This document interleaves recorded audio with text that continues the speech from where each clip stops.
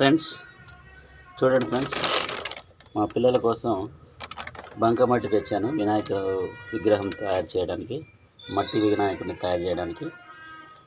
ఈ సంవత్సరం మేము బయట కొనలేదు, మట్టి తీసుకొని వచ్చాను నేను. చూడండి ఇలా తయారు చేస్తున్నాము.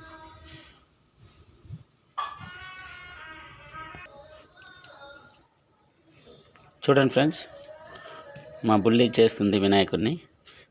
ఇది బంకమట్టి చాలా హార్డ్గా ఉంది, అసలు దాన్ని ఒత్తడానికి రావడం లేదు. చాలా హార్డ్ అంటే హార్డ్గా ఉంది.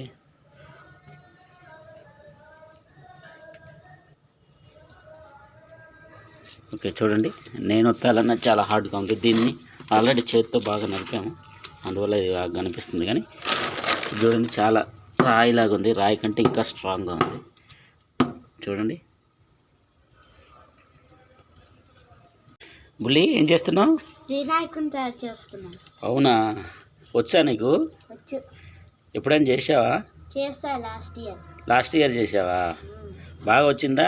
వచ్చింది. నీలాగా వంగటంకరగా ఉందా? బాగా వచ్చిందా? బాగా వచ్చింది.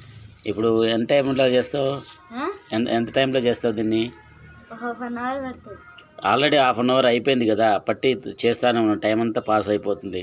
ఏం చేస్తావమ్మా నువ్వు? ఇప్పుడే స్టార్ట్ చేస్తా. ఓకే, ఫాస్ట్గా కానివ్వు, టైం అయిపోతుంది.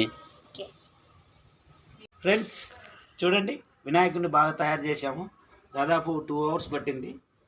ఫస్ట్ టైం చేయడం వల్ల సరిగ్గా రాలేదు, అయినప్పటికీ బాగా సేఫ్ వచ్చింది. చూడండి ఫ్రెండ్స్, మూసికము, లడ్డు, వినాయకుడు. బాగుందా ఫ్రెండ్స్? చెప్పండి ఫ్రెండ్స్, మీ కామెంట్ రూపంలో చెప్పండి.